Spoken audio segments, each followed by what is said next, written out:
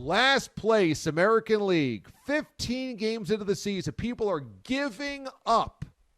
And Samson admitted he picked them to go to the World Series.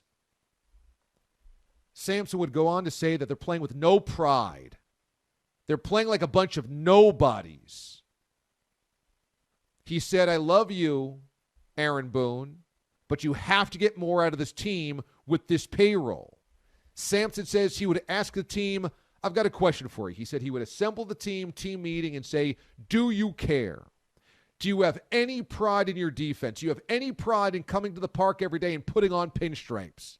People are giving up on the Yankees. Is it too early to give up on the Yankees after just 15 games? After less than a tenth of the season has been played? Or is he right? Is this a fatally flawed team built on the hopes of a miracle that these guys turn back the clock 3 years ago and give you something that they really aren't anymore? Mraz, according to David Samson, people are giving up on the Yankees.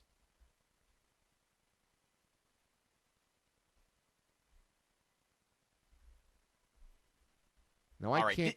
Okay, now I can hear Mraz. This is as low as it gets, like compared to Dan Orlovsky telling people what it takes to be a great quarterback. Make up your mind, number one, Dave Samson.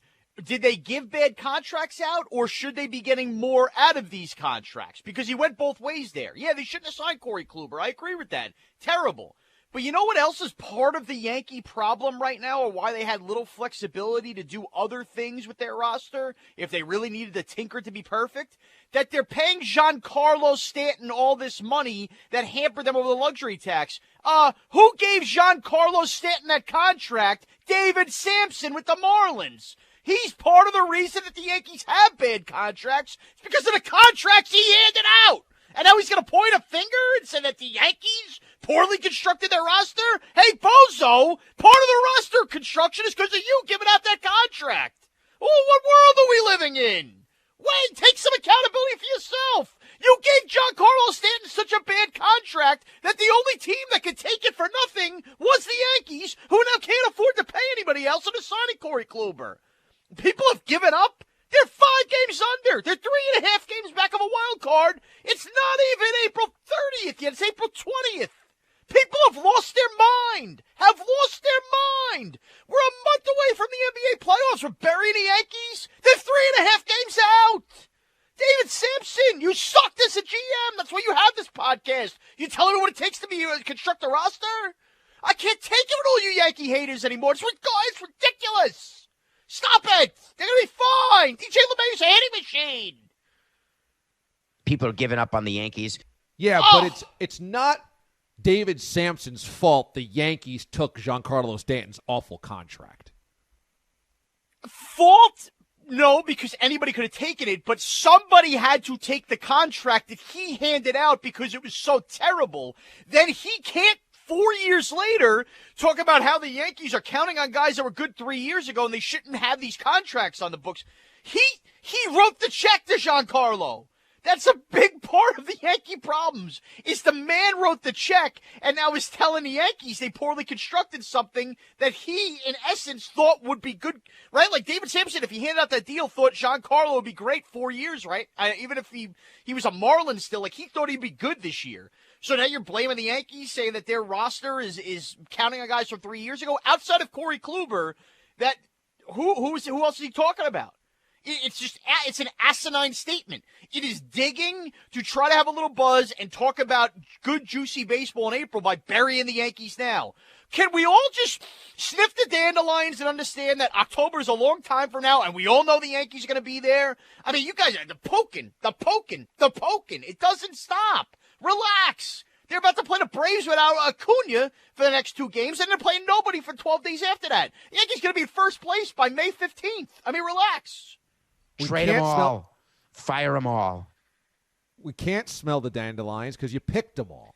Oh, man. This is what happens when you take away Bogusch at the plate as a podcast. You give David Samson one, and suddenly he's got a forum to tell you what it takes with good contracts and bad contracts, so the guy can't get out of his own way with the Marlins. He didn't build the Yankees roster, okay? So you can't blame him for Giancarlo Stanton. The Yankees decided to accept the contract. It's an awful deal. It'll always be an awful deal. They could have said no to Giancarlo Stanton. They said yes to it.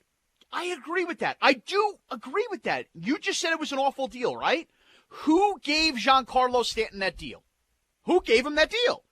David Samson gave him that deal. So is it not fair then to say David Samson shouldn't be the one criticizing all the contracts on the Yankees books and talking about how poorly constructed they are when he wrote the check for the biggest check on the team outside of Garrett Cole? I mean, come on. Dan Orlovsky ran out of the back of the end zone. He's telling you what it takes to be a great franchise quarterback. This is the same thing. With all due respect, I know he's a CBS partner and everything like this. David Samson can take a freaking hike. Take a hike. You're part of the reason we got to watch a guy strike out 5 times every night. Take a hike. Well, what about how Samson says, look, beyond Garrett Cole, that rotation stinks. It's a miracle. It would take a miracle to assume that the 4 guys behind Garrett Cole could do anything in that Yankees rotation. Great point, David. But maybe if you took the time to understand what the Yankees have and how their roster is made up, instead of everybody throwing on those parachutes and coming into the Bronx and saying, look, the Yankees rotation stinks, you'd understand that the Yankees 1B ace is coming off Tommy John and will be back in July, and their other 2 best starters are currently at an alternate site because the Yankees are trying to limit their innings, and they'll be here for the stretch run of Davey Garcia and Domingo Germán. So, yeah, of course, yeah, I'm upset. The rotation stinks. They're running openers. I get all that. It's so stupid. They're trying to be the Rays. Totally fair points. But don't talk about how the rotation is terrible and leave out the fact that basically their 2, 3, and 4 starters aren't here right now and will be here. It's dopish. It's not paying attention to what's going on. But can the Yankees stay in a race until those guys come back? I mean, if they're 5-10 already, if they end up being 10-20, if this pace continues, I mean, they've lost to everybody in the division, and they haven't even played the Red Sox yet. By the way, I wish they did play the Red Sox because the Red Sox are fake, fraud, paper champs, too, and that would probably help the Yankees get wins and the Red Sox would have losses. Yankees got to figure out a way to beat the Rays. They do. But stay at this pace? Sure. Yeah, if the Yankees stay at this pace and finish 60 and 100 this year, yeah, they're not going to make the playoffs. That's the point. They're not going to stay at this pace. You know they're not going to stay at this pace. We all know they're not going to stay at this pace. It's fun now to kick them while they're down because this is the time to kick them while they're down. They're not going to stay at this pace. I just told you. May 15th, this team is going to be at or around first place in the AL, at least maybe the best record in the American League, because now they're going to start to beefcake up on some really bad opponents and get some confidence back. I mean, it's ridiculous. It is just these guys fishing for something right now that's not there with the Yankees. All right, have some fun. They're playing bad baseball in April. Ooh, let's see you in October. People are giving up on the Yankees. Who's giving up on them? Who's DA? Bogusch? Is that who's Samson talking about? I Who am. gave up on him? Pilati says he's given up on him. Oh, stop, Pete. Go mow the lawn. Well, okay, so Pete's given up on him. What's wrong with that? Because he's a Met fan, of course. This is what people hate the Yankees. I get it, right? Like, I hate the Cowboys. People hate the Yankees. People hate Notre Dame. So when those teams struggle, it is fun to laugh at them and have a good old time, right? You hate the Lakers. They stink. We hate on the Celtics. We hate on the Patriots. When they stink, it's all fun. I get that that's part of the deal. Pete hates the Yankees because he grew up a Met fan and Yankee fans made fun of him his whole life. You want to, at 5-10, you want to throw a parade that they stink? Fine, have fun. You gave up on them. You know damn well come Labor Day, we're going to be sitting there going, man, September's not even fun. The Yankees have already locked up a playoff spot. And that's the joke of it. All of you guys burying them now, David Samson himself better be there at the beginning of September going, man, we really shouldn't have crushed the Yankees in April. But, of course, you'll fade and talk about something else, and we won't pay attention to that. Everybody was wrong about the Yankees in April. And that's what bothers me more than anything. If you're going to be here now for the burial, you better be here for the revival. Okay. Trade them all. Fire them all. I want Trade this. them all. I want this on record. Sounds like a guy who ran the Marlins. I want this on record. April 20th at 7:10 a.m. Eastern Time, Mraz said by May 15th they'll have maybe the best record in baseball. That's what you just said.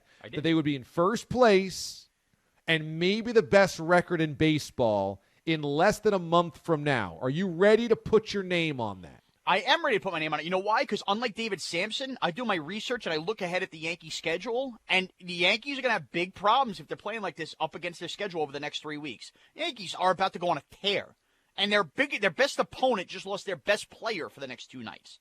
Yes, I pay attention. I see what's coming. I see the schedule ahead of them. I see the team they have. Yes, I'm ready to put my name to it because I don't just say wild things like David Samson without paying attention to what's going on. This sounds very piggy doodle dandy of you. Great. I'm here snorting around. I'll snort it all day long. May 15th. Piggy doodle dandy. I'm ready. Let's go. Stupid. Okay. On May the 15th, the Yankees need to have one of the best records in baseball. Good. Here I am. Give me the trough. They're 5-10. 5-10. You've got no evidence that this team is going to be one of the best in baseball. Yes, I do. The roster, the fact that they've been there the last couple of years, the fact that they're about to play some terrible teams. Samson says it's a broken roster, that the roster stinks. Yeah, great. The roster stinks. Yeah, that's why everybody was saying the Yankees had to sign DJ LeMahieu last year. That's why Gary Sanchez is saying, what's so bad about the roster? Yeah, they have some players that frustrate me. Aaron Hicks, Corey Kluge. I get it. The roster stinks. Oh, stop it. Stop it. If you knew anything about rosters being good, David Samson, you wouldn't be doing a podcast right now. Get lost. And this is coming from somebody who does podcasts, all right? I understand what life comes to when you're doing podcasts. Okay. It's on record. May the 15th, the Yankees will have one of the top 3 records in baseball. I think that would be a fair paraphrasing of what you said. And if they do, I want everybody to do pig snorts on the air with me. One by one, everybody's going to do their big pig snort. Everybody joins in a big pig snorting circus. A honk here and a honk there. But if the Yankees don't have a top 3 record in baseball on May the 15th, you have to wear a piggy tail, okay, a little squirrely piggy tail, and Danielle and Taylor have to pull your piggy tail on the show on video. This has taken a turn, but okay, sure. How about the full costume?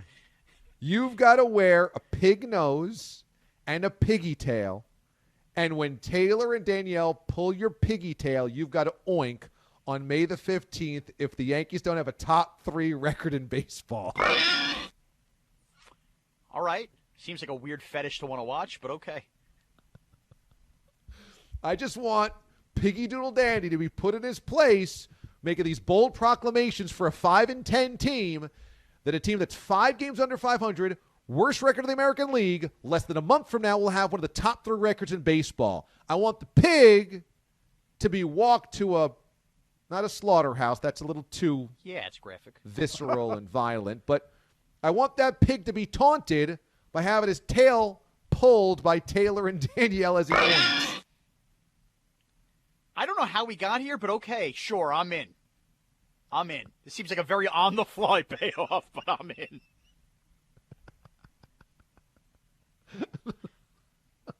People are giving up on the Yankees. They're giving up, Mraz! Time to give up the ship on the Yankees. What a nerd.